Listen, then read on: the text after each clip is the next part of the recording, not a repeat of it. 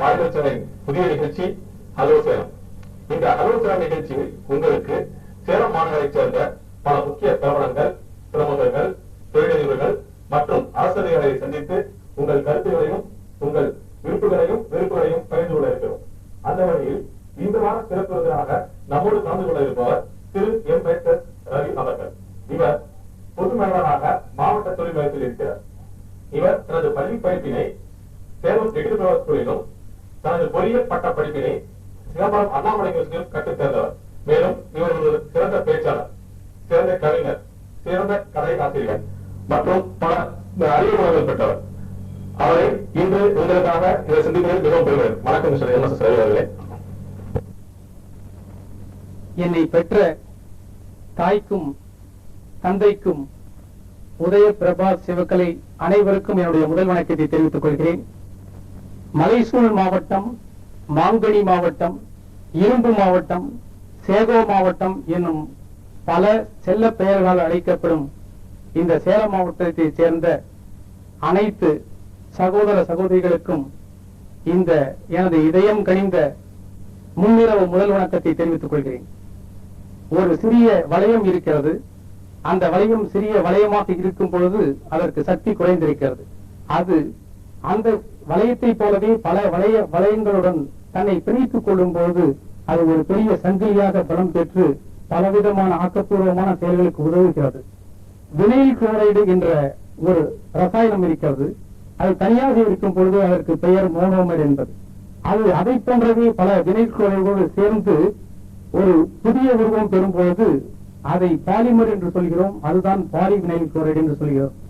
இப்பொழுது இந்த polymer channel என்பது தன்னுடைய சிறப்பான பலவிதமான அற்புதமான நிகழ்ச்சிகளால் பாலிமர் சேனல் என்ற ஒரு சக்தி வாய்ந்த ஒரு சேனலாக உருவெடுத்து அற்புதமான நிகழ்ச்சிகளை கொடுத்துக் கொண்டிருக்கிறது. இந்த ஹலோ சேலம் என்ற இந்த அற்புதமான நிகழ்ச்சியில் பங்கு பெறுவதற்கு வாய்ப்பு கொடுத்த பாலிமர் சேனலுக்கு முதல் எனது வாழ்த்தை தெரிவித்துக் கொள்கிறேன். சார், முதல்ல நிகழ்ச்சி போகும்போது ஒரு சின்ன கேள்வி சார். இந்த மாவட்ட தொழில் மையங்கிறது குறிப்பிட்ட ஒரு சிலருக்குள்ள தயாரிப்பு நிகழ்ச்சி சொல்றாங்க சார். அது என்ன உண்மையா பொய்யா? அதுவே நம்ம பெரிய தொலைபேசி காத்துட்டு இருக்காரு சார். பேசிட்டு பாருங்க. ஹலோ சொல்லுங்க சார். வணக்கம் சார். கொஞ்சம் பாருங்க. ஹலோ கொஞ்சம் பாருங்க. கேளுங்க சார். நம்ம எலக்ட்ரிக் டிபார்ட்மெண்ட்ல சொல்லுங்க. ஹலோ, இந்த சர்வீஸ் ஸ்டேஷன் வாட்டர் லூப்ரிகேஷன் இருக்குல்ல சார்? ஆமாங்க. அதுக்கு வந்து சர்வீஸ் ஸ்டேஷன்ல டேரிஃப் 3 சொல்லிட்டு ₹1 கரண்ட்டுக்காக கொடுக்குறாங்க சார். ஆமாங்க சார். நிறைய இடத்துல அது வந்து நாம அப்ளை பண்ணிருந்தோம் உங்க இடத்துல சென்டர்ல. சரிங்க. அப்ளை பண்ணிருந்தப்ப அவங்க என்ன பண்ணிட்டாங்க, இது மாதிரி டைனி என்டர்பிரைசஸ் கொடுத்துட்டாங்க. இவங்க ஆர்டர் பிரகாரம், கவர்மெண்ட் ஆர்டர் பிரகாரம் டைனி இண்டஸ்ட்ரீஸ் இருந்தாதான் கொடுப்போம்னு சொல்லிட்டு அதெல்லாம் நம்ம ரெடி பண்ணிட்டாங்க. இதுக்காக நம்ம அலைஞ்சு ஏகப்பட்ட வேஸ்ட் தான் பண்ணோம். அதுக்கு என்ன பண்ணாங்க, இந்த ப்ரோக்ராமுக்கு அப்புறம் கடைசியில சொன்னா ஏதாவது ப்ராடக்ட் மேனுஃபேக்சரிங் பண்ணாதான் வந்து இண்டஸ்ட்ரி கொடுப்போம், இல்லைன்னா கொடுக்க மாட்டோம் அப்படின்னு சொல்லிட்டாங்க. ஜனங்களை அலைய விடுறதுக்காக நீங்களும் ஒரு பர்டிகுலரா இந்த தொழிலுக்கு இந்த மாதிரி தான் சர்டிபிகேட் கொடுப்போம்னு சொல்லி அதுக்காக நான் வந்து காசும் செலவு பண்ணி ஆபீஸுக்கு கொண்டு அப்ளிகேஷன் கொடுத்துட்டு வந்து அதுக்கு இன்ஸ்பெக்டர் நம்ம இடத்துக்கு வந்து பாத்துட்டு போய் அவர் ஆபீஸுக்கு வர சொல்லாம அவர் பர்டிகுலரா இங்க தங்கி இருக்கிற ரூமுக்கு வர சொல்லி சர்டிபிகேட்டுக்கு ₹300 காசு வாங்கிட்டு அவருக்கு அந்த காசு போச்சு, நமக்கு சர்டிபிகேட் யூஸ் இல்லாம போயிடுச்சு சார். அதனால நான் என்ன சொல்றேன் சார், என்னன்னா வேற ஒரு டிஃபரெண்ட் டைப் ஆஃப் தொழில் இருந்தாலும் ஒரு 100, 200, 300 தொழில் ஊர்ல இருந்தாலும் இந்த தொழிலுக்கு என்டர்பிரைசஸ் தான் கொடுப்போம், இண்டஸ்ட்ரி கொடுப்போம். இதெல்லாம் நீங்க தனியார் லிஸ்டே போட்டுவிட்டா நாங்க அதை பார்த்துட்டு வந்துருவோம் சார். அதுக்கெல்லாம் கொஞ்சம் ஏற்பாடு பண்ணுங்க சார். அந்த லிஸ்ட் ஏற்கனவே தயார் பண்ணி நாங்க வச்சிருக்கோம். நீங்க அலுவலகத்துக்கு வாங்க, அந்த லிஸ்ட் உங்களுக்கு கொடுக்குறோம். ஏற்கனவே இது வந்து இந்த SSSBன்னு பேர் இருக்குங்க, small scale service business enterprises. இது வந்து ஒவ்வொரு காலத்திற்கும் தகுந்த மாதிரி மாறிட்டே இருக்கு. இது வந்து மத்திய அரசு DCSSI development commissioner small scale industries அப்படின்னு நியூ டெல்லியில் இருக்குங்க. அவங்க அனுப்புற அந்த சர்க்குலர் இருக்கு இல்லைங்களா, அதை பேஸ் பண்ணி தான் நாங்க வந்து எங்களுடைய ஆக்ஷன் எடுக்கிறோம். ஆமாங்க. ஆமாங்க, tiny industries. Tiny industries certificate produce பண்ண முடியுமா சார்? 25 லட்சத்திற்குள்ளார பிளான்ட் அண்ட் மிஷினரி சரி சார். இயந்திர தளவாடங்கள் 25 லட்சத்திற்கு மிகைப்படாமல் இருந்ததுன்னா அதை டைனி இண்டஸ்ட்ரின்னு சொல்றாங்க. டைனி இண்டஸ்ட்ரீஸ் இப்ப நம்ம வாட்டர் சர்வீஸ் ஸ்டேஷன் என்ன ப்ராடக்ட் பண்றீங்கன்னு கேக்குறாங்க சார். வாட்டர் சர்வீஸ் கொடுத்தீங்க, அது நமக்கு இந்த உருவா டேரிஃப் 3A யூஸ் பண்ண முடியாதுங்க. 3A யூஸ் பண்ண முடியாது. வந்து இது நிச்சயமா நீங்க வந்து எங்களுடைய அலுவலகத்துக்கு இதே மாதிரி 2-3 கேஸ் வந்திருக்கு. அதை நாங்க வந்து சிங்கிள் விண்டோல கொண்டு போயிருக்கோம். சிங்கிள் விண்டோ கொண்டு அது லெட்டரும் வந்து எலக்ட்ரிசிட்டி போர்டு எழுதி இருக்கோம். அது ஆவண நடவடிக்கை எடுத்துட்டு இருக்கோம். நீங்க எங்க மாவட்ட தொழில் மையத்துக்கு வாங்க, ஒரு கவனம் செய்யும். Thank you sir. தேங்க்யூ. அதாவது மாவட்ட தொழில் மையம் சில பேருக்கு தான் அந்த தன்னுடைய பணி வருகிற ஒரு கருத்தை வந்து சொன்னீங்க. அது உண்மைதாங்க. அந்த சில பேர் யாரு அப்படின்னாக்க, சில பேருங்க சிங்கிறது சிறு தொழில், லாங்கிறது லட்சியம். சில பேர் அப்படிங்கிறது லட்சியமாக கொண்ட நபர்கள். சில பேர்னா என்ன நினைச்சிட்டு இருக்காங்க அப்படின்னாக்க, ஆங்கிலத்துல மொத்தம் எத்தனை எழுத்துக்கள் இருக்குங்க சார்?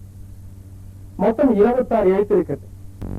26 எழுத்து ஆங்கிலத்தில் இருக்குனாக்க, மாவட்ட தொழில் மையம் டிஸ்ட்ரிக்ட் இண்டஸ்ட்ரி சென்டர் DICங்கிறது 3 எழுத்துக்கள். இப்ப இத சிறு தொழில் எங்களுடைய மாவட்ட தொழில் மையில பதிவு பண்ணிருக்காங்க பாத்தீங்களா? அதுல எத்தனை பேர் பதிவு பண்ணிருக்காங்க? பேர் தான் பதிவு பண்ணிருக்காங்க. இங்க 26 லட்சத்தை ஒப்பிடும் பொழுது 30,000ங்கிறது ஒரு சில பேருங்க. இப்ப கோயிலுக்கு போறீங்க, கோயிலுக்கு வந்து சிவபெருமான் கோயிலுக்கு போறீங்க. கார்த்திகை மாசம் முருகர் கோயிலுக்கு போறீங்க. சிவபெருமான் கோயில் திருவண்ணாமலையும் அது சிவஜீஸ்வரன் கோயில் தான். சிவசிவான்னு கோயில்ல போடுறாங்க. சிவசிவான்னு சிவசிவான்னா சி என்றால் சிறு தொழில், வா என்றால் வாய்ப்புகள். சிறு தொழில் வாய்ப்புகளை கொடுப்பதற்காக கோயில போய் கும்பிடுறாங்க.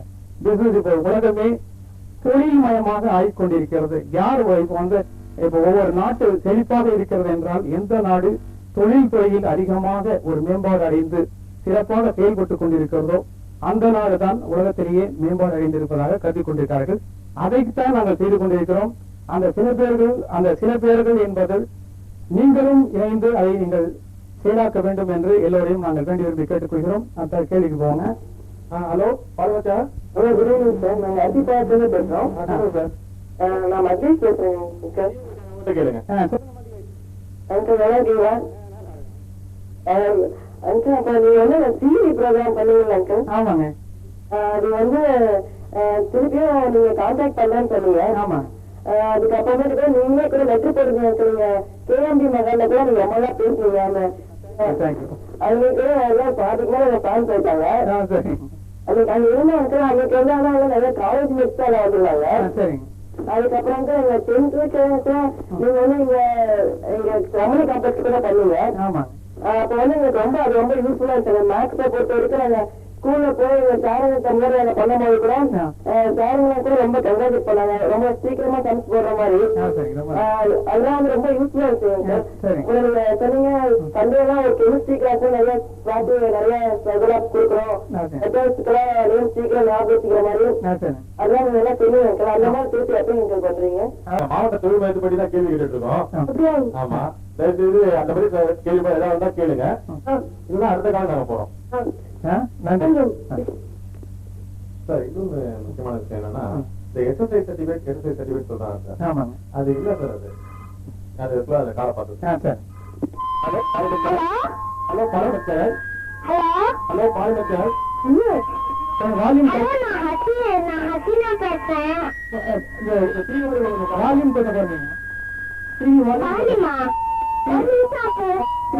கொஞ்சம் குறைச்சிங்க. டிவி சவுண்ட் வருது. டிவி வால்யூம் கொஞ்சம் குறைச்சிங்க. Very good.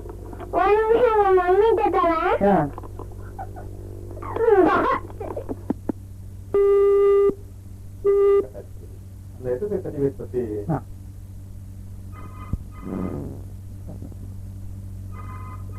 ஹலோ பாலமச்சர்.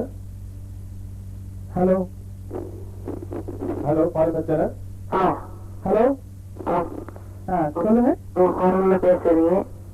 சொல்லுங்க, உங்க பேர் சொல்லுங்க. நல்லா இருக்கு. இல்ல உங்க பேர் சொல்லுங்க. ராஜசேகரா? ராஜசேகர் எங்க இருந்து பேசுறீங்க? திருச்சியில இருந்தா? ஹலோ,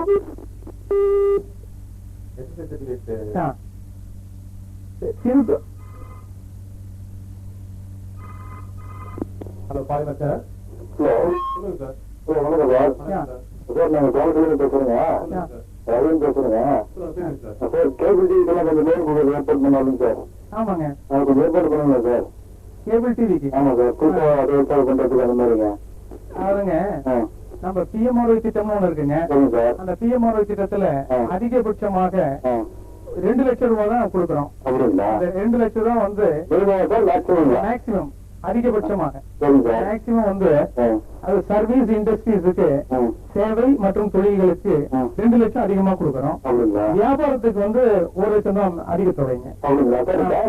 இருந்ததுனாக்க, அதாவது நீங்க செய்கின்ற தொழில் கேபிள் டிவியா இருந்தாலும் சரி, வேற எந்த இதா இருந்தாலும் சரி, அந்த தொகைக்குள்ளாக இருந்தது என்றால் அதுல வந்து நாங்க அந்த வங்கிகளுக்கு பரிந்துரை செய்து வாங்கி கொடுப்பதற்கு நாங்க ஏதுவாக இருக்கோம். ஆமாங்க, பேங்க்ல செக்யூரிட்டிங்கிறதுங்க, பேங்க்ல செக்யூரிட்டி வந்து 1 லட்சம் ரூபாய்க்கு மேல போச்சுன்னா செக்யூரிட்டி கேட்பாங்க.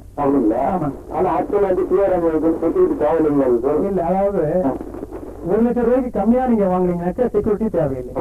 1 லட்சம் ரூபாய் மற்றும் 1 லட்சம் ரூபாய்க்கு மிகைப்பட்டதுனாக்க செக்யூரிட்டி தேவை. இது எப்படின்னாங்க, நம்ம புரிஞ்சு, நீங்க இந்த காதலன் படம் பாத்தீங்களா? காதலன் படத்துல பஞ்சு மிட்டாய் 5 ரூபாய், நீ பாதி தின்று போட்டதால் லட்சம் ரூபாய்ன்னு சொல்றாங்க இல்லையா? அப்படின்னா என்ன அர்த்தம் தெரியுங்களா? பஞ்சு மிட்டாய் 5 ரூபாய். ஒரு பஞ்சு மிட்டாய் தொழில் செய்யறதுக்கு 5000 ரூபாயில செய்யறாங்க, 50,000 ரூபாயில செய்யறாங்க. 5000 ரூபாய்க்கு செய்யும் போது 50,000 ரூபாய் செய்யும் போது நம்மளுக்கு எந்த செக்யூரிட்டி தேவைப்படாது. ஆனா அதே 1 லட்சம் ஆச்சுன்னு வச்சுங்க, அந்த கதாநாயகி என்ன பண்றாங்க, அவன் கவர்மெண்ட் பொண்ணு செக்யூரிட்டியோட போறாங்க இல்லைங்களா? நம்ம இப்போ ஜோப்ல ஒரு 5 ரூபா வச்சிருக்காங்க, தைரியமா போறாங்க. இதே ஒரு 50 ரூபா வச்சிருக்காங்க, உள்ள பர்ஸ் எடுத்து பர்ஸ்ல வச்சுட்டு அதை உள்ள பாக்கெட்ல வச்சுக்கோங்க. இதே ஒரு 5000 ரூபா வச்சிருக்கோம் வச்சுங்க, வீட்டுல தூரம் வைப்பாங்க. இதே ஒரு 50,000 ரூபா வச்சுங்க, பேங்க்ல வச்சிருப்பாங்க. எதுக்கு காரணம்னு பாத்தீங்கன்னாக்க செக்யூரிட்டி தாங்க. பாக்கெட்ல பர்ஸ் வைக்கிறது செக்யூரிட்டி, இதுல தெய்வம் வைக்கிறது செக்யூரிட்டி, பேங்க்ல வைக்கிறது செக்யூரிட்டிங்க. அதாவது பணம் வந்து வங்கிகளுடைய பணம் வந்து மக்களுடைய பணங்க. நாம வந்து வங்கிகளுக்கு எப்படி பணம் வருதுன்னா, இன்டர்நேஷனல் மானிட்டரி ஃபண்ட் அப்படின்ட்டு அதுல உலக இயக்கம் இருக்கு. அதுல இருந்து பணம் ரிசர்வ் பேங்க்ல வருதுங்க. ரிசர்வ் பேங்க்ல இருந்து வங்கிகளுக்கு ஒரு வட்டியில கொடுக்குறாங்க, குறைந்த வட்டியில அவங்க நம்மளுக்கு கொடுக்குறாங்க. அது ஒரு தொகை மிஞ்சும் பொழுது அவங்க அந்த இது வந்து செக்யூரிட்டிங்கிறத ஒண்ணு இன்சிஸ்ட் பண்றாங்க. இது வந்து மத்திய அரசு போட்ட ஆர்டருங்க, ரிசர்வ் பேங்க் ஆஃப் இந்தியா போட்ட அந்த ஆர்டர். அந்த ஆணையை வந்து அந்த ஆணையின்படிதான் நாங்கள் நடந்து கொண்டிருக்கோம். இல்ல சார், இப்ப வந்து டெவலப்மெண்ட் ஆனவங்க வந்து லோன் வாங்கணும் பிரச்சனை இல்லை சார். சரிங்க, டெவலப்மெண்ட் ஆகாதவங்க லோன் வாங்கணும் அப்படிங்கும் போது அவங்க செக்யூரிட்டின்னு கேட்கும்போது நமக்கு ப்ராப்ளம் வருது இல்லைங்களா சார்? செக்யூரிட்டினாங்க, நீங்க அதாவது 1 லட்சம் ரூபாய்க்கு கம்மியா நீங்க போடுங்க. அப்படிங்களா? 1 லட்சம் ரூபாய்க்கு கம்மியா ஒரு ப்ராஜெக்ட், ஒரு திட்டத்தை தேர்ந்தெடுத்து அதுல நீங்க தொடங்கி கொஞ்சம் கொஞ்சமா முன்னுக்கு போங்க. அப்படிங்களா? ஒரேடியா போகும்போது நாங்க பேங்க்கும் போகும்போது பேங்க்ல மட்டும் சொல்றாங்க 3 பேர் தான் சார் நாங்க எலிஜிபிள் இருக்குது, 4 பேர் தான் எலிஜிபிள் இருக்குது. சரிங்க, எல்லா பேங்க்கும் சொல்றாங்க சார். சரிங்க. அதாவது எப்படிங்களா, இப்போ நீங்க கார்பரேஷன் லிமிட்டுக்குள்ளார நம்ம சேலம் டவுனுக்குள்ளார லோன் வாங்குறதா இருந்தா எந்த பேங்க்ல வேணா வாங்கலாம். ஆமாங்க, ஒரு பேங்க்னா பாத்தீங்கன்னா ஒரு 55 பேங்க் இருக்குங்க. டிஃபரெண்ட் இது கிளை, ஒரு மொத்தம் 35 பேங்க் இருக்கு. அந்த கிளைகள் வந்து 55 கிளைகள் இதுல சேலம் டவுன்ல மட்டும் இருக்குங்க. நீங்க எந்த ஒரு இதுல கொடுக்கணுமோ இன்னொரு இடத்துல வாங்கிக்கலாம்.